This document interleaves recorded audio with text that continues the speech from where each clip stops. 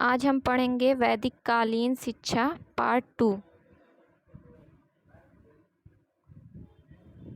Part first इसके पहले पढ़ चुके हैं, उसका 5 मिनट में हम रिवीजन करेंगे। वैदिक कालीन शिक्षा, वैदिक काल का समय है 1500 ईसा पूर्व से 600 ईसा पूर्व। वैदिक कालीन शिक्षा पढ़ने से पहले हम वैदिक काल को समझते हैं। तो वैदिक काल का समय है 1500 ईसा पूर्व से 600 ईसा पूर्व। वैदिक काल को 2 भागों में बांटा गया है। पहला है ऋग्वैदिक काल जो 1500 ईसा पूर्व से 1000 ईसा पूर्व था। दूसरा है उत्तर वैदिक काल 1000 ईसा पूर्व से 600 ईसा पूर्व। इन दोनों को मिला करके वैदिक काल बना है। और वैदिक काल में जो शिक्षा दी जाती थी उसे ही वैदिक कालीन शिक्षा कहते थे। वैदिक काल के निर्माता कौन थे? तो आर्य थे। आर्य का मतलब श्रेष्ठ होता है। मतलब वैदिक काल में जो लोग थे उनको क्या कहा जाता था? आर्य कहा जाता था।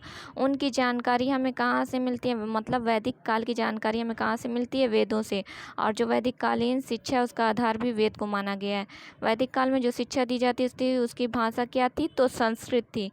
वैदिक काल में जिस शिक्षा प्रणाली का जन्म हुआ उसे वैदिक कालीन शिक्षा कहते हैं। जो अभी हमने बताया कि मतलब वैदिक काल में जो शिक्षा दी जाती थी उसे वैदिक कालीन शिक्षा कहते थे।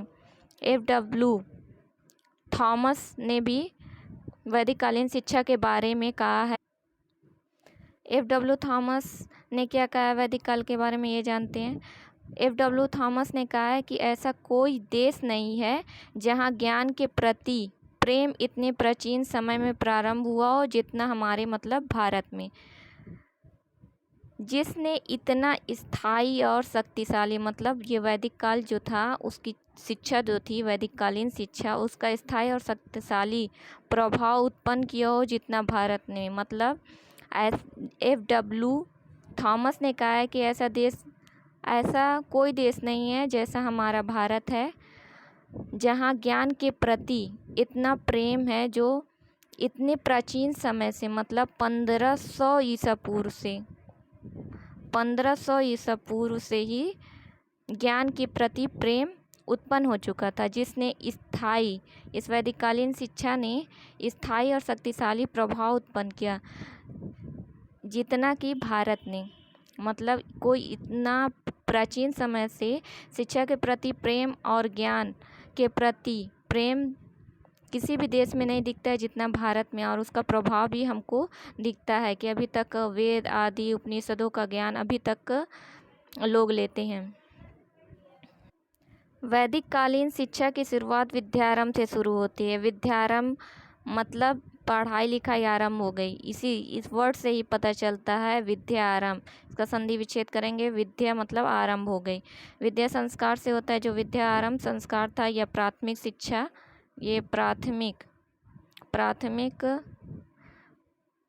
शिक्षा या जिसे प्रारंभिक शिक्षा कहा जाता था, उसमें विद्यारंभ संस्कार कराया जाता था, जिसमें 5 वर्ष की उम्र में ही घर पर विद्यारंभ संस्कार होता था, जिसमें एक कुल पुरोहित आते थे और जो बच्चा होता था उसका बाल मुड़वा करके कुल पुरोहित के पास बैठाल दिया जाता था। और कुल पुरोहित जो होते थे वो अपने मार्गदर्शन में उसका पठन एवं लेखन अभ्यास शुरू करवाते थे। इसमें वो क्या करवाते थे, किसी थाली में या किसी कपड़े पर चावल को बिछा करके उसमें उसकी उंगली पकड़ा करके, मतलब बच्चे की उंगली पकड़ा करके ओम या कुछ अक्षर लिखवाते थे, जिससे विद्यारंभ संस्कार पूर्ण होता था। ये प्राथमिक शिक्षा घर पर ही दी जाती थी। विद्यारंभ संस्कार प्राथमिक शिक्षा के अंतर्गत आती थी, जिसे प्रारंभिक शिक्षा भी कहा जाता है। ये घर पर ही दी जाती थी। उसके बाद उच्च शिक्षा जो होती थी वो गुरुकुलों में दी जाती थी। उसके लिए उपनयन संस्कार कराया जाता था। गुरुकुलों में प्रवेश के लिए जो संस्कार होता था उपनयन संस्कार कराया जाता था। उपनयन संस्कार में ये उच्च शिक्षा के लिए होती थी। ये उपनयन संस्कार जो होता था 6 से 8 वर्ष की उम्र में होता था। इसमें अपने घर को छोड़ करके गुरुकुल में जाना होता था और गुरुकुल में ही रहकर शिक्षा ग्रहण करनी होती थी। उपनयन संस्कार जो होता था ये उच्च शिक्षा के लिए होता था और इसकी उम्र थी 6 से 8 वर्ष। उसके बाद होता था समापवर्तन संस्कार। शिक्षा जो है पूरी हो जाती थी और जो शिष्य होता था घर वापस जाता था। उससे पहले क्या होता था, जो गुरु और शिष्य आपस में मिलते थे और गुरु जो होता था उसे ज्ञान देता था, अच्छे अच्छे उपदेश देता था। उसमें गुरु कहता था कि अपने जो भी कर्तव्य है उसका पालन करना, आगे ज्ञान अर्जित करते रहना आदि ये सब उपदेश देते थे। समापवर्तन संस्कार जो ये वर्ड है उसी से पता चलता है कि समाप्त हो गई। समापवर्तन में ही लिखा है समाप्त हो गई।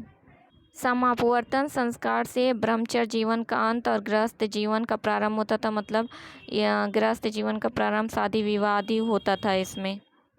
अब पढ़ेंगे पार्ट 2, वैदिक कालीन शिक्षा का पार्ट 2 यहाँ शुरू होता है। तो वैदिक कालीन शिक्षा प्रणाली के मुख्य अभिलक्षण पढ़ेंगे। मुख्य अभिलक्षण का मतलब होता है वैदिक शिक्षा प्रणाली में कौन कौन से मेन फीचर्स थे, तो उसको देखेंगे हम। वैदिक कालीन शिक्षा प्रणाली के मुख्य अभिलक्षण मतलब मेन फीचर्स में पहला है शिक्षा का प्रशासन एवं वित्त कैसे होता था। मतलब वैदिक कालीन शिक्षा का प्रशासन कैसे चलता था और उसके लिए वित्त कहाँ से आता था, तो इसको देखेंगे। राज्य के 3 तथ्य को देखना पड़ेगा वैदिक कालीन शिक्षा प्रणाली और वित्त के संबंध में जानकारी के लिए। तो पहला है राज्य के नियंत्रण से मुक्त। वैदिक काल में जो शिक्षा व्यवस्था थी राज्य के नियंत्रण से मुक्त थी। मतलब राज्य का कोई भी उत्तरदायित्व तो नहीं होता था कि वहाँ कैसे शिक्षा दीक्षा होगी, वहाँ का वित्त मतलब वहाँ कि जो भी खर्चे हैं वो कैसे उसकी पूर्ति होगी इसका, या वहाँ पर कैसी पाठचर्या होगी, किस तरीके से पढ़ाया जाएगा, क्या क्या संसाधन लगेंगे, शिष्य जो रहेंगे उनके लिए आवास कैसे रहेंगे, इन सबों से जो राज्य इन सबों के उत्तरदायित्व से मुक्त था। मतलब इस किसी भी प्रकार का उत्तरदायित्व तो राज्य का नहीं था, राज्य के नियंत्रण से मुक्त था। जो वैदिक कालीन शिक्षा थी वो पूरी तरीके से गुरुओं के व्यक्तिगत नियंत्रण में थी। मतलब जो भी यहाँ पर गुरुकुलों में जो भी शिष्य आते थे उनके आवास का, उनके रहने का, खाने पीने का सारा खर्च, उसके अलावा जितना भी खर्च आता था उसके अलावा प्रशासन मेंटेन करना, वहाँ का सारी व्यवस्था करना, इन सब का दायित्व वहाँ के गुरुओं का होता था। वैदिक काल में जो शिक्षा होती थी, उच्च शिक्षा जो गुरुकुलों में दी जाती थी वो निःशुल्क शिक्षा थी। हेडिंग है निःशुल्क शिक्षा। वैदिक काल में जो शिक्षा होती थी वो पूरी तरह से फ्री थी। मतलब इसमें कोई शुल्क नहीं लिया जाता था, ना ही बच्चे देते थे। शिष्यों के मतलब ये पूरी तरह से फ्री शिक्षा होती थी।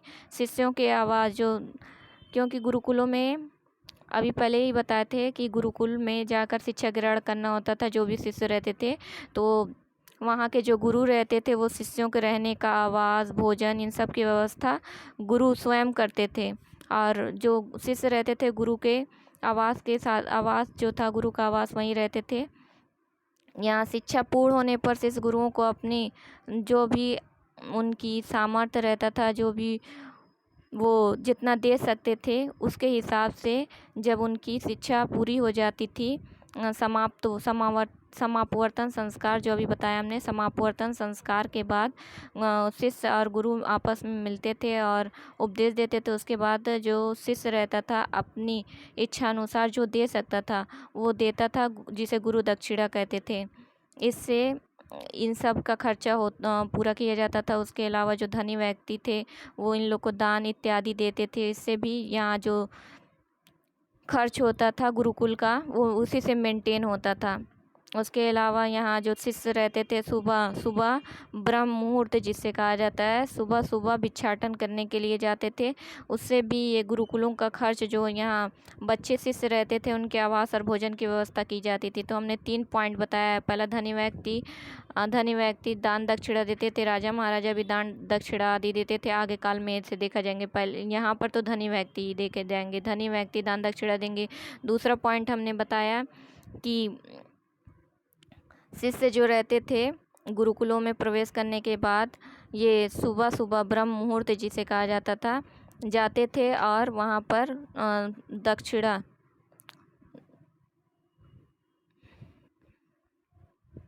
हमने अभी बताया है कि गुरुकुल जो गुरुकुल में जो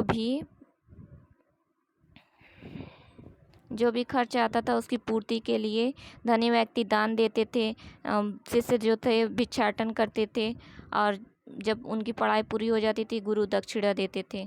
इनसे ही वो खर्च पूरा होता था और निःशुल्क शिक्षा बच्चों को दी जाती थी।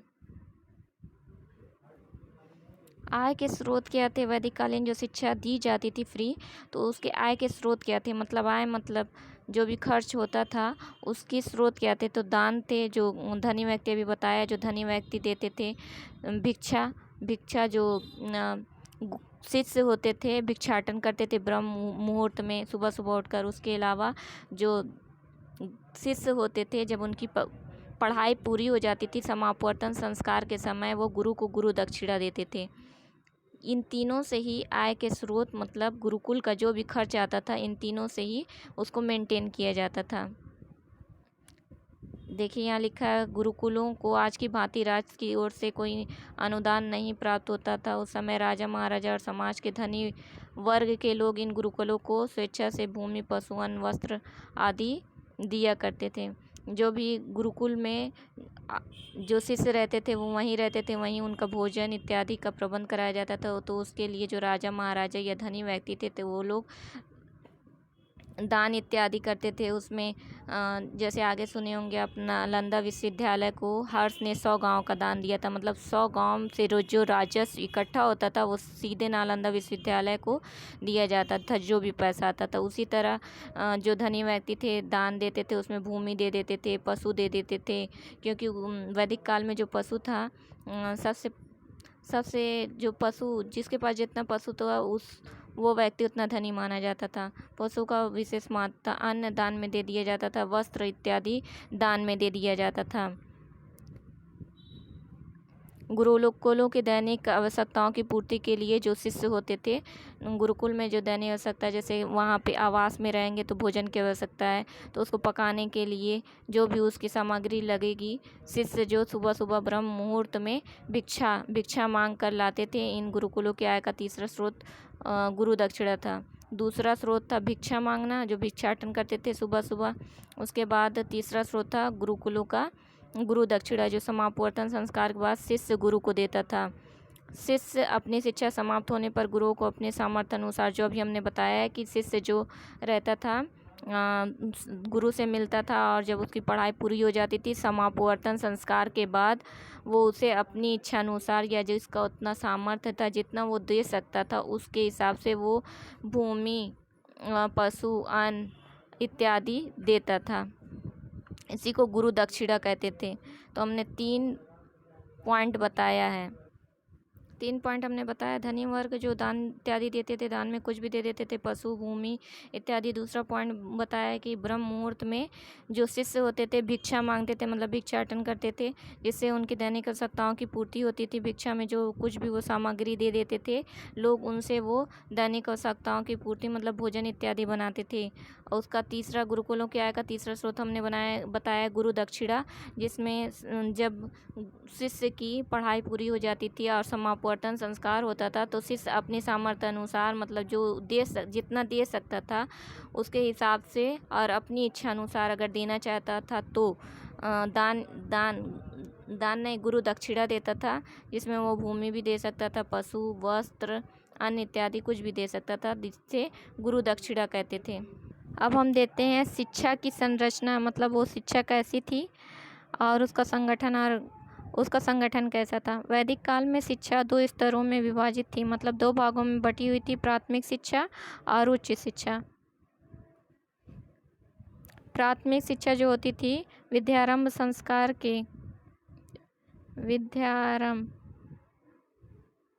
संस्कार से शुरू होती थी, जिसमें 5 वर्ष की आयु में बच्चों के शिशु दिन देख करके विद्यारंभ संस्कार किया जाता था, जिसमें क्या होता था कुल पुरोहित द्वारा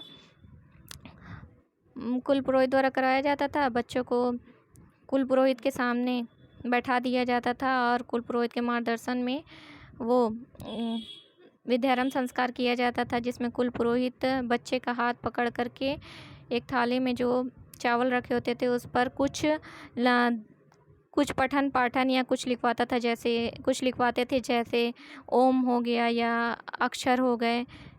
इससे ही विद्यारंभ संस्कार शुरू होता था। विद्यारंभ संस्कार घर पर ही होता था, जिसे प्राथमिक शिक्षा कहते थे या प्रारंभिक शिक्षा कहते थे। उसके बाद उच्च शिक्षा है जो गुरुकुलों में होती थी। उच्च शिक्षा गुरुकुलों में दी जाती थी और गुरुकुलों में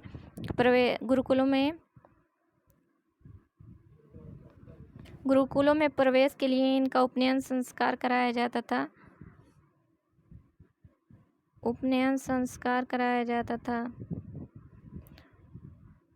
उच्च शिक्षा 8 से 12 वर्ष की आयु में दी जाती थी। गुरुकुलों में प्रवेश के समय बच्चों का उपनयन संस्कार, जो भी हमने बताया, कराया जाता था। उसके बाद उच्च शिक्षा प्रारंभ होती थी और इसका अंत मतलब जब समाप्त हो जाती थी उच्च शिक्षा, तो समापवर्तन संस्कार कराया जाता था। समापवर्तन संस्कार मतलब शिक्षा समाप्त हो गई। इसमें वही जो अभी हमने बताया है कि जब समाप्त हो जाती थी तो गुरु और शिष्य मिलते थे। गुरु अच्छे अच्छे उपदेश देते थे कि अपने कर्तव्यों का पालन करना और सारे कार्यों के साथ साथ, गृहस्थ कार्यों के साथ साथ ज्ञान अर्जित भी करते रहना। उसके बाद जब वो घर को वापस जाता है तो उससे पहले गुरु को गुरु दक्षिणा देता है। ये उच्च शिक्षा में आता है। उसके बाद है, अब पढ़ेंगे शिक्षा के उद्देश्य एवं आदर्श। डॉक्टर अल्तेकर ने वैदिककालीन शिक्षा का उद्देश्य इन शब्दों में बताया है कि ईश्वर भक्ति तथा धार्मिकता की भावना, चरित्र निर्माण इनका उद्देश्य था। व्यक्तित्व का विकास, नागरिक तथा सामाजिक कर्तव्यों का पालन, सामाजिक कुशलता की उन्नति, राष्ट्रीय संस्कृति का संरक्षण और प्रसार। प्राचीन भारत में शिक्षा के मुख्य उद्देश्य एवं आदर्श थे, ये अल्तेकर ने बताया है। अब वैदिककालीन शिक्षा के उद्देश्य हम देखते हैं कौन कौन से उद्देश्य हैं। स्वस्थ संरक्षण एवं संवर्धन पहला है, फिर ज्ञान का विकास है, तीसरा है सामाजिक एवं राष्ट्रीय कर्तव्य का बोध एवं पालन है। चौथा है संस्कृति का संरक्षण एवं विकास। पाँचवां है नैतिक एवं चारित्रिक विकास। फिर छठवां है जीविकोपार्जन एवं कला कौशल की शिक्षा। सातवां है आध्यात्मिक उन्नति। इस सब के बारे में अब हम जानते हैं। वैदिककालीन शिक्षा के प्रथम उद्देश्य है स्वस्थ संरक्षण एवं संवर्धन। ऐसा गुरुओं का मानना था कि मोक्ष की प्राप्ति के लिए सबसे पहली ज़रूरत या आवश्यकता होती है कि व्यक्ति का स्वस्थ होना और स्वस्थ। इसीलिए जो यहाँ के ऋषि थे या गुरु थे, वे शिष्यों के शारीरिक मानसिक स्वास्थ्य के संरक्षण और संवर्धन पर बहुत बल देते थे। इसके लिए वो क्या कराते थे कि शिष्यों को ब्रह्म मुहूर्त मतलब सुबह सुबह उठाते थे, दातून स्नान इत्यादि करवाते थे, मतलब इसका आदेश था। उसके बाद व्यायाम करते थे, जिसे योगा इत्यादि करते थे। सादा भोजन करते थे, सुबह ही सुबह भिक्षाटन के लिए चले जाते थे। उनकी नियमित एक दिनचर्या थी जिसे वो रोज़ फॉलो करते थे। और जितने भी उनका आचार विचार बहुत ही अच्छा होता था। इनकी शिक्षा दी जाती थी कि अच्छा विचार, अच्छा आचार मतलब अच्छा व्यवहार दूसरों से करना, इन सब की शिक्षा दी जाती थी। उसके बाद क्रोध, लालच, इन सब से दूर रहने की भी शिक्षा दी जाती थी। ये स्वस्थ संरक्षण संवर्धन इनका उद्देश्य था। दूसरा था ज्ञान का विकास।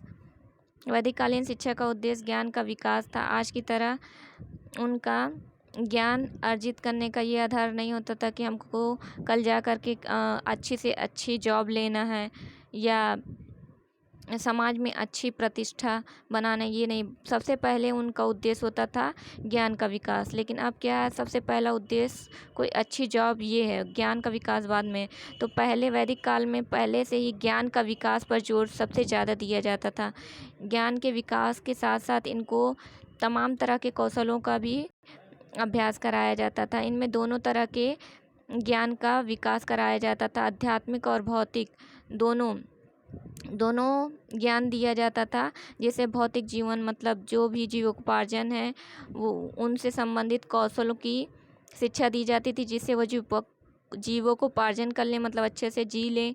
उसके लिए जो भी कौशल सिखाए जाते थे।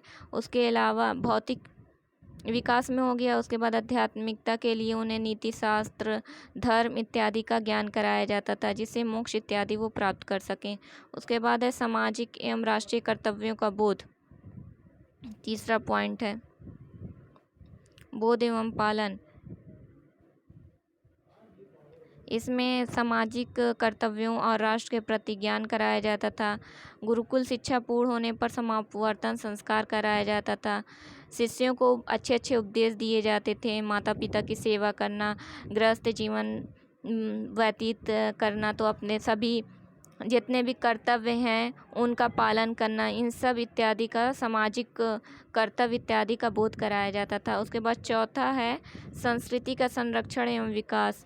संस्कृति का ये सभी संरक्षण करते थे। आपको वैदिक काल में जितने भी वेद इत्यादि जो भी ज्ञान दिया जाता था, जो भी पढ़ाया जाता था, वो अनुकरण विधि के द्वारा होता, मतलब रटन विद्या पर आधारित था। जो भी गुरु होते थे वो वेद इत्यादि का पाठ करते थे, जो शिष्य होते थे उनको दोहराते थे। तो इसके अलावा तमाम कौशलों का विकास भी कराया जाता था। उसके बाद जब ये हमने कल 4 आश्रम बताया था, गृहस्थ, ब्रह्मचर्य पहला बताया था, ब्रह्मचर्य दूसरा, पहला ब्रह्मचर्य बताया था, ब्रह्मचर्य दूसरा गृहस्थ, तीसरा वानप्रस्थ, चौथा संन्यास।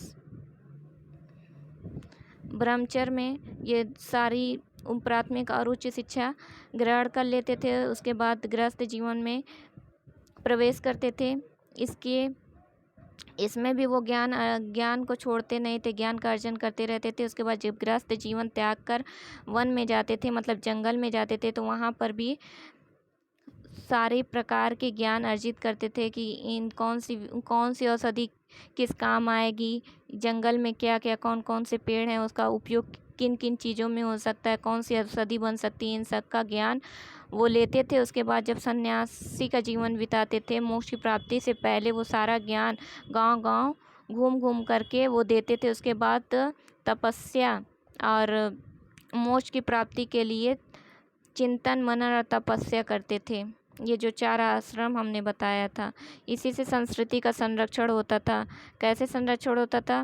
ब्रह्मचर्य जीवन में पूरी शिक्षा ग्रहण कर लेते थे। उसके बाद गृहस्थ जीवन में जाते थे तो एक दूसरे को शिक्षा देते भी थे और ज्ञान अर्जित भी करते थे। उसके बाद जब वानप्रस्थ में जाते थे तो अपनी शिक्षा का संरक्षण करने के लिए वो जंगलों में विभिन्न प्रकार की ज्ञान अर्जित करते थे। उसके बाद सन्यासी जीवन बिताने वनप्रस्थ में ही जब वन में जाते थे, जंगल में तमाम तरह के ज्ञान अर्जित करते थे, तो एक दूसरे को बताते भी थे। उसके बाद सन्यासी जीवन जब जीते थे तो गाँव-गाँव जाकर अपने ज्ञान को देते थे। 5वां है नैतिक एवं चारित्रिक विकास। 5वां है नैतिक एवं चारित्रिक विकास। इसमें बच्चे को प्रारंभ से ही नीति शास्त्र और धर्म की शिक्षा दी जाती थी, जिससे उसमें नैतिक एवं चारित्रिक विकास होता था। उसके अलावा ब्रह्मचर्य का पालन करना, आत्मनियंत्रण, मतलब खुद से ही आत्मनियंत्रण करने को सिखाया जाता था, जिसमें यदि शिष्य जो है कोई गलती कर देता था तो स्वयं द्वारा आत्मनियंत्रित होता था या अपने को दंड इत्यादि स्वयं देता था। फिर 6वां है जीविकोपार्जन एवं कला कौशल की शिक्षा।